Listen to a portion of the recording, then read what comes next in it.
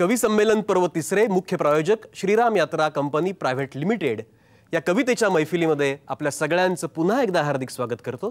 या मैफिलीला पुढे घेऊन जाण्यासाठी मी विनंती करणार आहे आमचा तरुण कवी मित्र प्राध्यापक संदीप जगताप याला।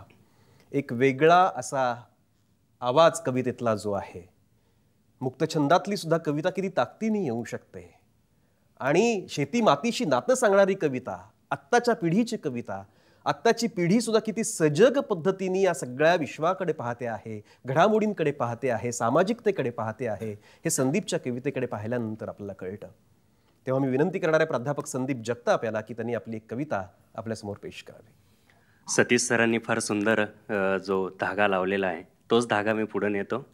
सर, आई भाकरी करताना तुम्ही बघितलं, ही तुमच्या आयुष्यातली सगळ्यात मोठी गोष्ट आहे, पण मी अर्धी भाकरी करताना बघितलेलं आहे आणि ही आईनं दिलेली गरिबी या भांडवलावरती मी आज उभा आहे। 7वी-8वीच्या वर्गामध्ये शिकत असताना शाळेचं इन्स्पेक्शन होतं आणि ते इन्स्पेक्शन नेमकं कोणाचं होतं तीच ही सगळी त्यावेळेची परिस्थिती ती माझ्या या कवितेमध्ये आहे। रोजच्यासारखी प्रार्थना झाली, प्रतिज्ञा झाली आणि शाळेचे हेडमास्तर काहीतरी सूचना द्यायला उभे राहिले। रोजच्यासारखी प्रार्थना झाली, प्रतिज्ञा झाली आणि शाळेचे हेडमास्तर काहीतरी सूचना द्यायला उभे राहिले। गुरुजी म्हणाले, पोरांनो, पुढल्या आठवड्यात आपल्या शाळेचं इन्स्पेक्शन होत आहे, मी काय काय सूचना देतो त्या जरा नीट ध्यानात घ्यायच्या।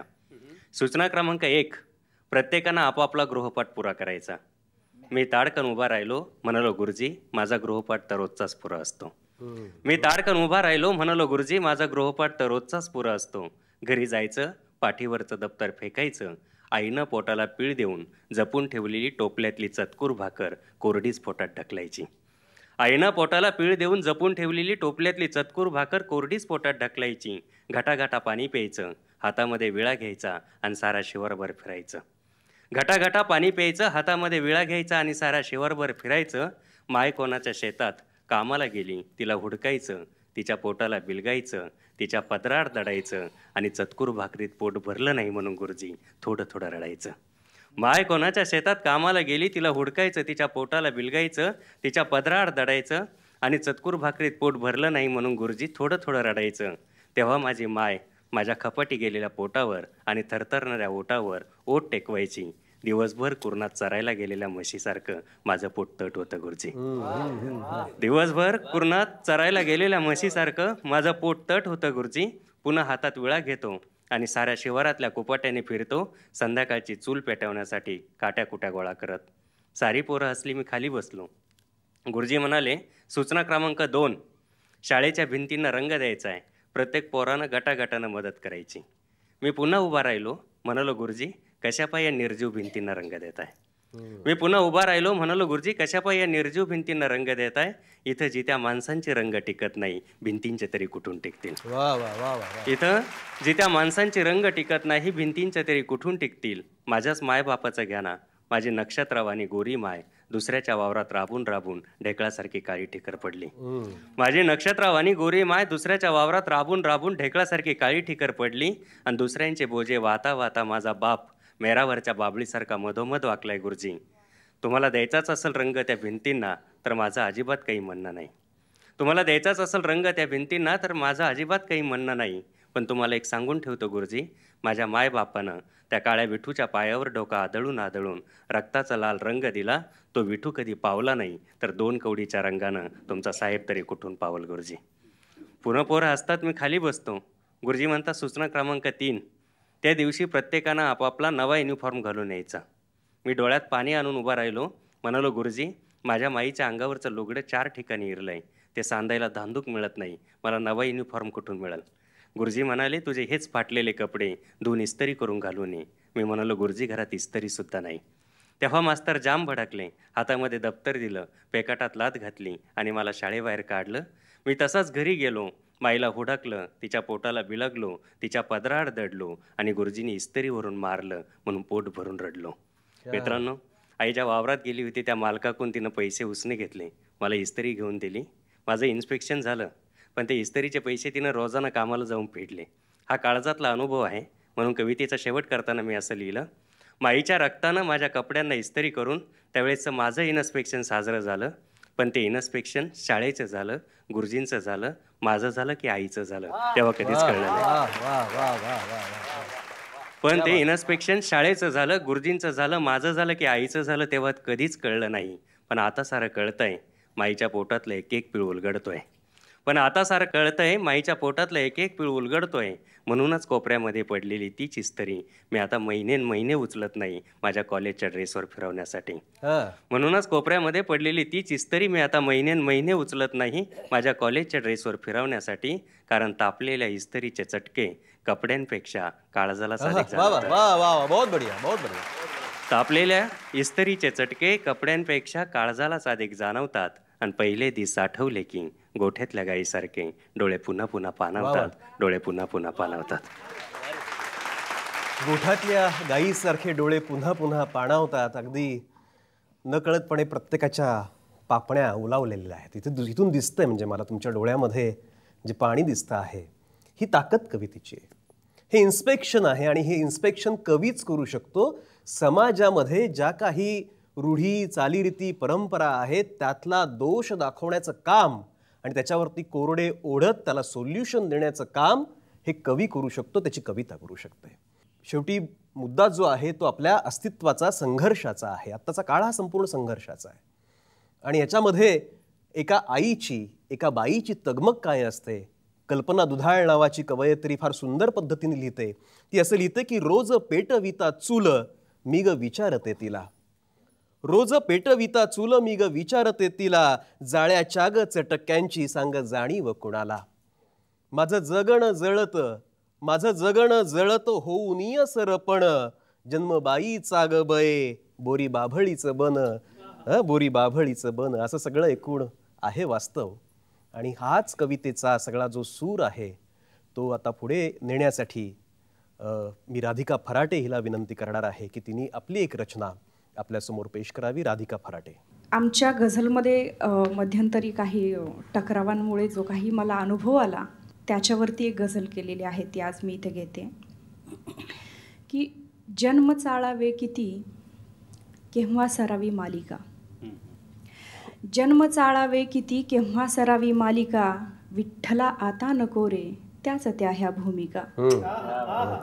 व्यक्त होण्याला कुणाचा घेतला आधार मी, व्यक्त होण्याला कुणाचा घेतला आधार मी, मांडले माझे मला मी जाहली आख्यायिका. वा वा वा वा वा वा.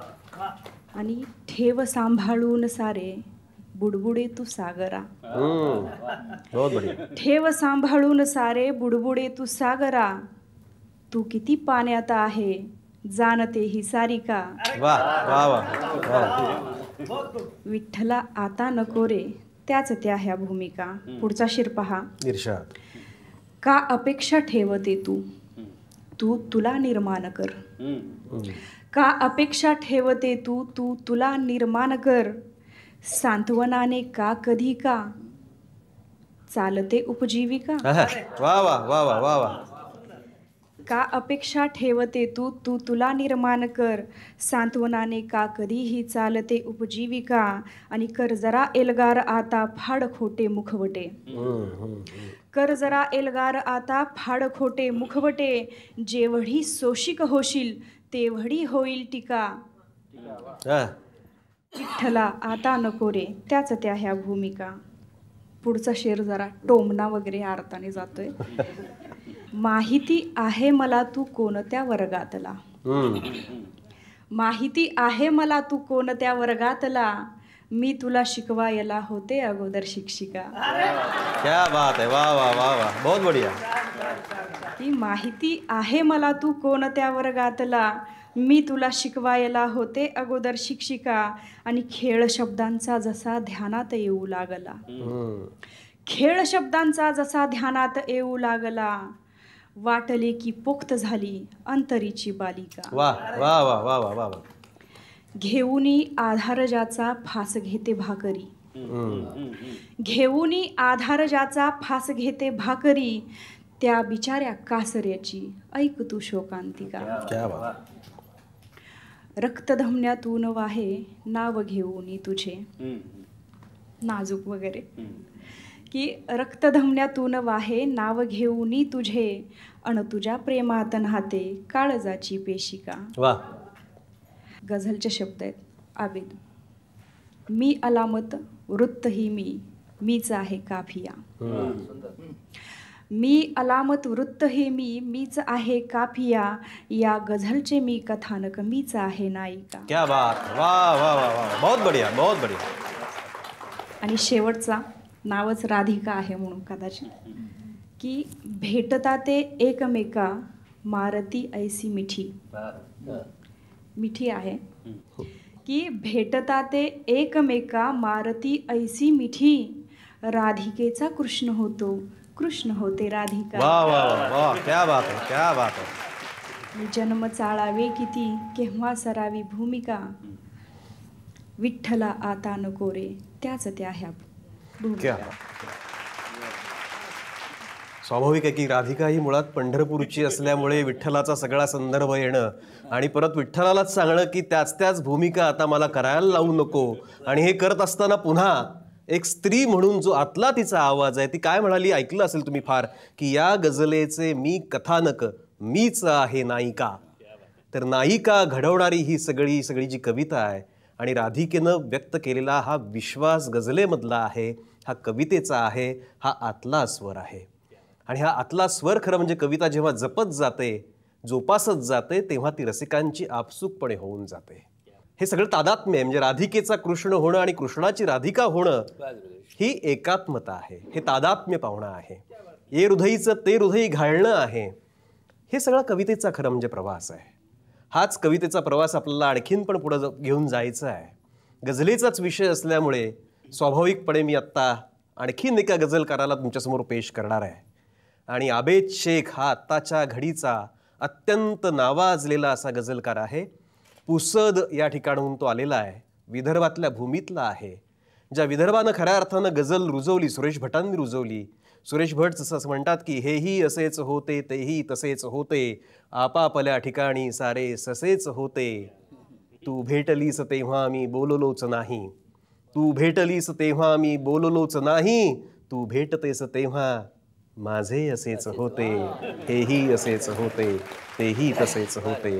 आणि तेव्हा आता आबेदची गझल ऐकल्यानंतर सगळ्यांची अवस्था असेच होते अशी होणार आहे. कारण मी त्याला विनंती करणार आहे की त्याची अत्यंत गाजलेली अशी जी गझल आहे, सुगंधी बाग आहे ती तिला माहीतही नाही. आबेद शेख. एक दोन शेर सर प्रेमावरचे आहे. इर्शाद. स्वप्नामध्ये तिला बघाया मी फार झुरत होतो, स्वप्नामध्ये तिला बघाया मी फार झुरत होतो, बरे झाले जागा झालो झोपेत मरत होतो. बहुत बढ़िया. वा वा वा वा वा वा वा वा. सारे केले एकच करता आले नाही, सारे केले एकच करता आले नाही, अजूनही मज तुला विसरता आले नाही. वा वा वा वा वा वा वा. सारे केले एकच करता आले नाही, अजूनही मज तुला विसरता आले नाही. तुझ्या वाचुनी वसंत आला अनेकदा पण, तुझ्या वाचुनी वसंत आला अनेकदा पण, पुन्हा कधीही तसे बहरता आले नाही. वा वा वा वा वा वा. सादर करतो सुगंधी बाग आहे ती ही गझल. इतके कळले जीव तुझ्यावर जडल्यावर, माणूस तरतो प्रेमामध्ये बुडल्यावर. वा वा वा. तरुणामध्ये सादर करतो. सुगंधी बाग आहे ती तिला माहीतही नाही, सुगंधी बाग आहे ती तिला माहीतही नाही. आणि दुसऱ्या ओळीवर तुमची दाद पाहिजे. सुगंधी बाग आहे ती तिला माहीतही नाही, तिच्या श्वासा परी दरवळ जुई जाईतही नाही. क्या बात है. बहुत बढ़िया, बहुत बढ़िया. वा वा. तिच्या श्वासा परी दरवळ जुई जाईत ही नाही सुगंधी बाग आहे ती तिला माहीत ही नाही. शेर बघा, या शेरवर सुद्धा तुमची दात पाहिजे. अशी त्या पैंजनाची छन अशी त्या पैंजनाची छन अशी त्या काकणाची खन अशी त्या पैंजनाची छन अशी त्या काकणाची खन कुण्या संगीतकाराचे असे संगीत ही ना. बहुत बढ़िया, वाह वाह वाह वाह. कुण्या संगीतकाराचे असे संगीत ही नाही सुगंधी बाग आहे ती तिला माहीत ही नाही. क्या बात है, क्या बात है, वाह वाह, बहुत बढ़िया. तिच्या गालावरी ती खळ वाह वाह वाह वाह, क्या बात है, क्या बात. तिच्या गालावरी ती खळ आहा हा तीळ ओठावर हाय हाय हाय हाय. तिच्या गालावरी ती खळ आहा हा तीळ ओठावर असे सौंदर्य तर राजा तुझ्या राणीत ही. बहुत बढ़िया, वाह वाह वाह वाह वाह, क्या बात है, क्या बात है. असे सौंदर्य तर राजा तुझ्या राणीत ही नाही सुगंधी बाग आहे ती तिला माहीत ही नाही तिचा होकार आला की कळवतो प्रेमवीरानो. वाह वाह वाह वाह वाह वाह. तिचा होकार आला की कळवतो प्रेमवीरानो मला नाकारण्याचे बळ तसे नाहीत ही ना. क्या बात है, वाह वाह वाह वाह वाह, बहुत बढ़िया, बहुत बढ़िया. मला नाकारण्याचे बळ तसे नाहीत ही नाही. या गझलचा शेवटचा शेर तमाम मानवजातील अर्पण. सुगंधी बाग आहे ती तिला माहीत ही नाही नका शोधू मला कोठे आता प्रेमात आहे मी. नका शोधू मला कोठे आता प्रेमात आहे मी कुण्या धर्मात ही नाही कुण्या जातीत ही नाही. क्या बात, बहुत बढ़िया, बहुत बढ़िया, वाह वाह वाह वाह, बहुत बढ़िया. कुण्या धर्मात ही नाही कुण्या जातीत ही नाही कुण्या जातीत ही नाही. धन्यवाद. सुगंधी बाग आहे ती तिला माहीतही नाही, पण तिला ती सुगंधी बाग आहे याची जाणीव करून देणारी जी शब्दरचना आहे, शब्दकळा आहे, सगळी ती सुरावट आहे, ती आबेजच्या लेखणीतली खरं म्हणजे ताकद आहे. आणि एका अर्थानं मराठी गझलेचं भवितव्य काय असं जेव्हा आपण विचारतो तेव्हा मराठी गझलेचं भवितव्य ते म्हणजे आबेद आहे. मराठी गझल आबाद होईल असं म्हणण्यापेक्षा मराठी गझल आबेद होईल असं म्हटलं तर वावगं ठरणार नाही. श्रीराम यात्रा कंपनी प्रायव्हेट लिमिटेड प्रस्तुत कवी संमेलन पर्व 3 या कार्यक्रमात या ठिकाणी मी घेतो एक छोटासा ब्रेक.